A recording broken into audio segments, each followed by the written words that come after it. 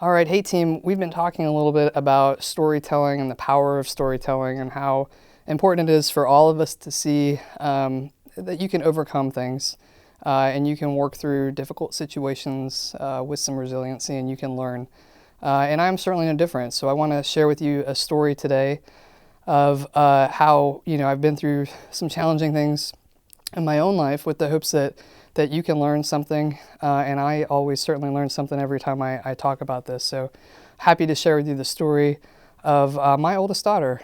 Some of you have met her. Her name's Anna.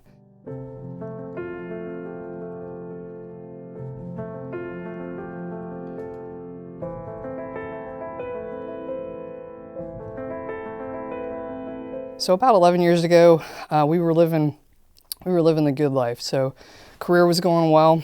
I had recently been overcoming the loss of my mom a few years earlier, and she and I had talked a lot about how we wanted to start a family, my husband and I. So she and I got to talk through what that would look like, what we would name the kiddos. Of course, envision the perfect little family situation, and I, career-wise was set up for everything that I had set my sights on for goals. Coming out of an outstanding assignment in the White House, very lucky to have that assignment, and going into another competitive assignment I was very excited about, but everything was lining up career-wise. So it was time in our lives where we were ready to start the family. Did all the homework, did all the research, did all the planning, did all the whiteboarding. If you know my husband and I, we planned it all out to the nth degree. Could not have been more prepared to have a kiddo, and certainly had an easy pregnancy. Was super healthy, no issues whatsoever, and Anna came right on time, just according to plan. And that's when everything started to change a bit. So had a very difficult delivery, both for me and the sweet kiddo. And, that's when we started to realize, maybe things weren't going to happen according to my very highly developed and well thought out plan. So Anna was born with a cleft lip and cleft palate. It was a surprise to us. We found out when she was born. So that, with a very traumatic delivery, was a bit of a setback. But we took it in stride and decided, she just will need a few surgeries. But we're still, following the plan. We're still going to have this, perfect little family, and just a minor little unexpected setback, but we could certainly adapt and overcome. So over the next few months, she had a series of surgeries. Very difficult as a parent, as many of you know, to hand your little baby over to a medical team and not have control over what might happen and not be there in the room as it's happening. So she had a series of surgeries. All in all, they went very well. Tough little baby, for sure. And she started to have some complications.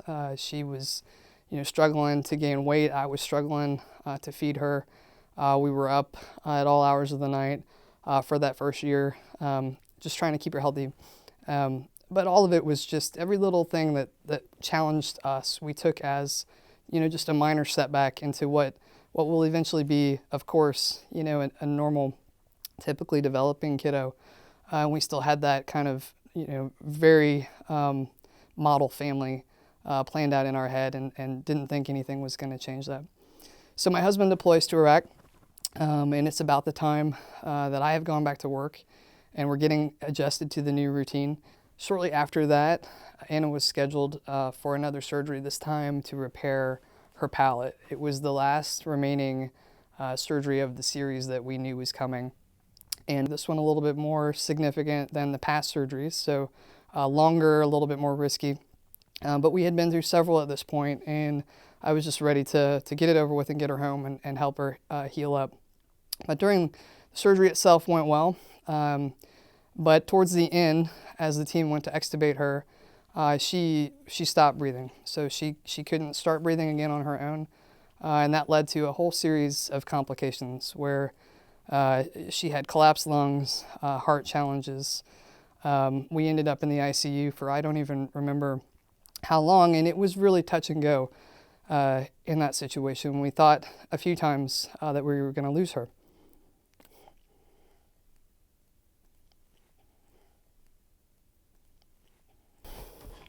So she, continuing to be this incredibly tough kiddo, pulls through, as she always has. But those complications led us to get some additional testing done. We get her out of the ICU and back into our routine, and again, just kind of adapting to life with some unexpected setbacks and bumps along the way. And waiting on the test results. And so certainly we knew there could be something going on, but in my head I thought it's all just, these are all just temporary little setbacks. Everything will be perfectly normal and still follow this perfect plan that I had concocted in my head and of course put on our whiteboards. And so when I got the phone call from the geneticist at work explaining to me that Anna had been diagnosed with a very rare neurogenetic condition called Angelman syndrome. It is just something that occurs in nature in a small percentage of the population. It was going to be permanent and very severe. She would have, according to the doctor, a very difficult life, and the doctor listed off a list of things that she would likely never be able to do. She'd never be able to communicate, never be able to walk, never be able to eat normally, never be able to have any sort of independent life, always require constant care, and also have life-threatening epilepsy with seizures. So that was a lot to take in. And at that point, I think it was when I started to finally accept that, this wasn't my life was not gonna follow the plan that I had laid out. I got up where I was working. At the time I was working still, of course, in the Air Force, but not working in an Air Force assignment during that time. I got up and just walked out of the office. I walked out, I walked around the city a bit, and I got myself home to my kiddo. And at this point, it was pretty dark phase for me. I'm alone with my kid. My husband's deployed, and we had just been through a very traumatic surgery and very traumatic few months before that. And now I have the news that my little one, the center of my life, is going to have some pretty significant challenges. And to be honest, I went into a pretty dark phase. I started to feel sorry for myself. Really had a lot of self-doubt on, can I handle this? Can I handle this alone right now? Can we do this? Can we be what this kiddo needs us to be? And I went through that phase for a bit. But I'm home with this kid. And if you've ever met her, all it takes is just to look at her.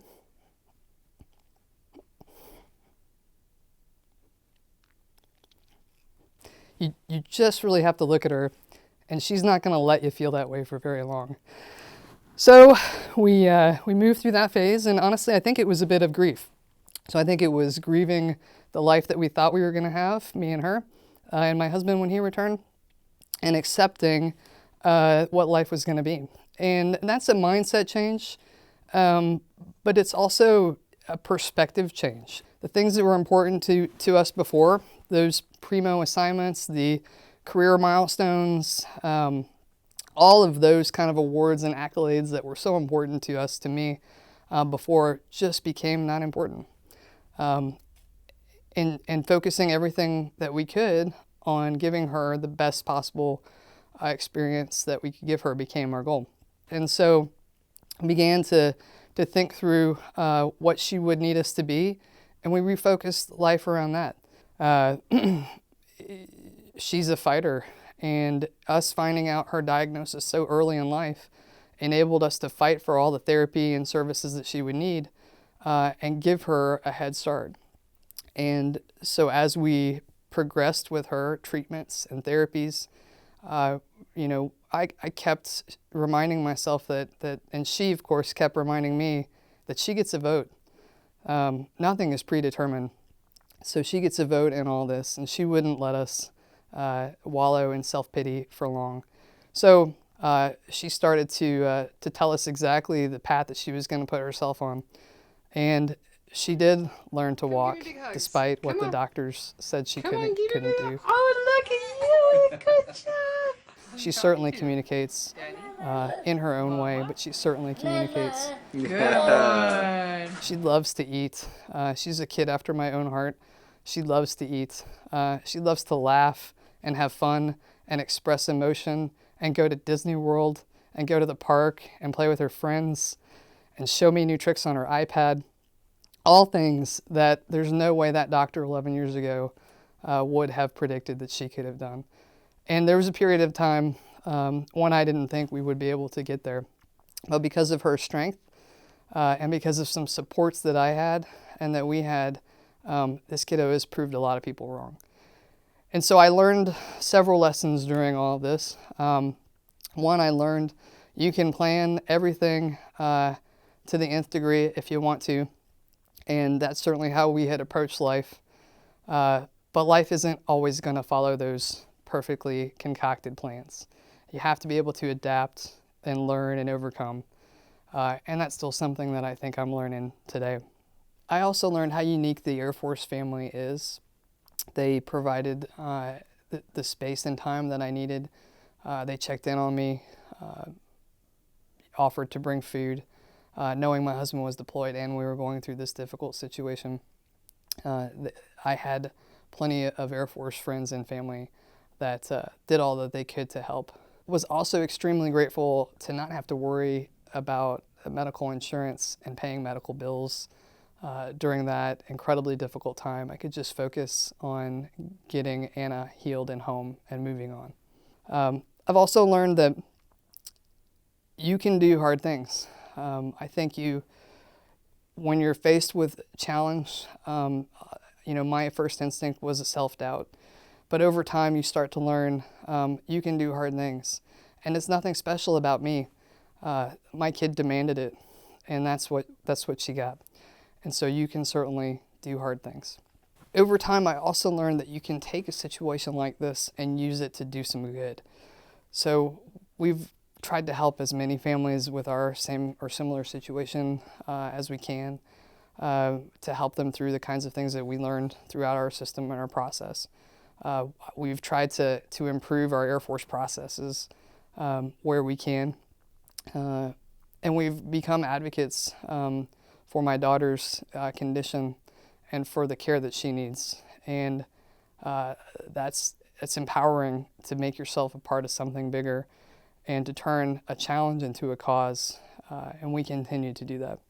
And I don't want to infer by any means that since we changed perspective that life has become magical and easy and all of these challenges have gone away. They certainly haven't. We've had several setbacks. We had a situation where Anna had a series of life-threatening seizures not too long ago. It put us back in the ICU, and again, we thought we were going to lose her. I can't articulate what that feels like as a parent to see your child in such a vulnerable position where you can't do anything to help. But her strength got her through those situations. And I think she's made us all stronger because of it. So we've learned perspective. As I mentioned, the things that were important before aren't important to me now, or not as important. Certainly things that I used to get as a supervisor or a boss that I would get upset about or want to take action on are things that I have a ton more tolerance for now. The family situations, the difficult dynamics that folks exist in. Instead of jumping to, why are you late? It's more of the, what's going on? Is there something I can help with? That's real. And those are things that you only learn, I feel like, through experience and perspective. And that's the kind of perspective that Anna's helped us to build. And she's taught us that. This kiddo has influenced so many lives. She's taught kids and adults alike the value of acceptance and inclusion, and being different is okay. And she's also taught all of us the value of determination. No one told Anna that she would be limited in the ways that the doctors thought. So she knew nothing different. So she just looked around and saw other kids walking and decided that's what she wanted to do. And she figured out a way to do it on her own time. So she's taught us that if we don't self-limit ourselves, that you can really accomplish just about anything. Life will continue to be difficult for her, for sure. It's not easy being a kid with a disability. It's not easy being a parent to a kid with a disability, but it is the hand that we've been dealt, and I can't imagine life in any other way because of all the things that she has taught us. I am a better leader, I think, a better person, a better mom because of all these challenges that I've been through. So I hope you can find some lessons in my experience, and I look forward to hearing your stories as well. Thanks.